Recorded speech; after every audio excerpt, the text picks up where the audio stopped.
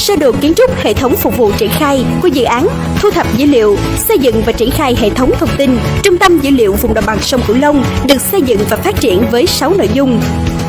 Thành phần cập nhật dữ liệu cho phép người dùng có thể chủ động cập nhật dữ liệu thông qua các công cụ và dịch vụ dữ liệu do trung tâm cung cấp. Thành phần quản lý vùng dữ liệu gốc là nơi lưu trữ thông tin dữ liệu thu thập từ các đơn vị chuyên môn, dữ liệu được đảm bảo thông tin nguyên vẹn của đơn vị sở hữu. Thành phần quản lý và lưu trữ thông tin chính. Từ phân vùng dữ liệu gốc, dữ liệu sẽ được biến đổi qua các công cụ ETL và đưa vào phân vùng quản lý, lưu trữ chính. Từ đây, các ứng dụng sẽ truy cập và khai thác thông tin dữ liệu, phục vụ nhu cầu chuyên môn cụ thể. Vùng thông tin này sẽ bao gồm khối cơ sở dữ liệu tạm và khối cơ sở dữ liệu chính, hình thành nên kho dữ liệu tích hợp liên ngành vùng đồng bằng sông Cửu Long. Thành phần quản trị hệ thống và tính toán, phân tích dữ liệu là các ứng dụng được xây dựng, phát triển dựa theo nhu cầu quản trị của trung tâm dữ liệu, trong đó tập trung vào các giải pháp tính toán, phân tích và hỗ trợ ra quyết định. Thành phần quản lý chia sẻ dịch vụ dữ liệu đóng vai trò là API Gateway, cho phép quản lý và phê duyệt các quyền chia sẻ dữ liệu thông qua dạng dịch vụ. Qua API Gateway, việc bảo mật và phân quyền sẽ được dễ dàng và linh động. Thành phần trình diễn và khai thác thông tin dữ liệu thể hiện dưới dạng các ứng dụng về GIS như trình diễn dữ liệu thông qua web GIS hoặc các ứng dụng khai thác thông tin dữ liệu dataset, cho phép người dùng dễ dàng thao tác, truy cập và chia sẻ thông tin. Một số kết quả chính của dự án. Các công cụ hỗ trợ ra quyết định bao gồm phần mềm mô phỏng thủy động lực học 3DI, module phân tích, tính toán và chia sẻ kết quả, module trình diễn kết quả hỗ trợ ra quyết định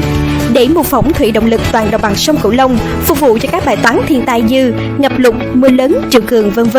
Mô hình số độ cao DEM toàn đồng bằng được thu thập ở độ phân giải cao, kết hợp với hơn 90.000 mặt cắt kênh để tạo thành DEM hoàn chỉnh, có thể mô hình hóa được toàn bộ hệ thống sông suối vùng đồng bằng với những con kênh, sông lớn hơn 30 m.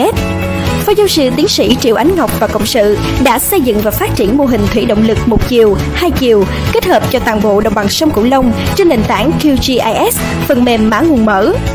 Mô hình thủy động lực học một chiều được xây dựng cho toàn đồng bằng với 6.000 sông, kênh, 100.000 mặt cắt, 100 biên được mô hình hóa trong mô hình thủy động lực học một chiều.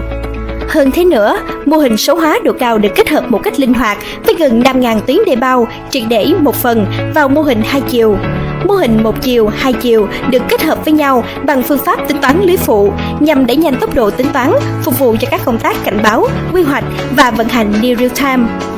Kết quả tính toán năm 2000 lũ lịch sử cho thấy khả năng tính toán ưu việt của mô hình thủy động lực một chiều, hai chiều kết hợp, giao diện tính toán trực quan sinh động và tốc độ tính toán nhanh hơn rất nhiều so với các mô hình truyền thống. Hơn nữa, có rất nhiều tính năng được hỗ trợ như dự báo mưa, xây dựng đê bao, xây dựng bổ sung và vận hành công trình thủy lợi, bổ sung tức thời trong quá trình mô phỏng, hỗ trợ cho công tác quản lý, đề xuất giải pháp và hỗ trợ ra quyết định một cách nhanh chóng. Tùy theo yêu cầu và mục đích khác nhau, mô hình thủy lực hai chiều có thể được chạy độc lập nhằm nâng cao độ chính xác và đề xuất các giải pháp cụ thể chi tiết như bơm nước, mưa cực đoan, giải pháp kiểm soát ngập tức thời hay cho các bài toán thiết kế, quy hoạch chi tiết hơn. Mô hình này hướng đến phát triển thành mô hình thủy động lực, thông tin địa lý, có thể tích hợp mọi thông tin trên cùng một nền tảng. Để trực quan hóa cho vùng nghiên cứu nhỏ, tỉnh, quận, phường, mô hình có thể mô phỏng tích hợp cả thủy lực một chiều, thoát nước đô thị, kết hợp hai chiều, bản đồ địa hình 1/200 để mô phỏng chính xác quá trình tuần hoàn nước, thoát nước, phục vụ cho các bài toán thiết kế, kiểm tra công trình. Hơn nữa là hỗ trợ vận hành, giám sát thời gian thực một khi hệ thống dự báo khí tượng được kết nối vào.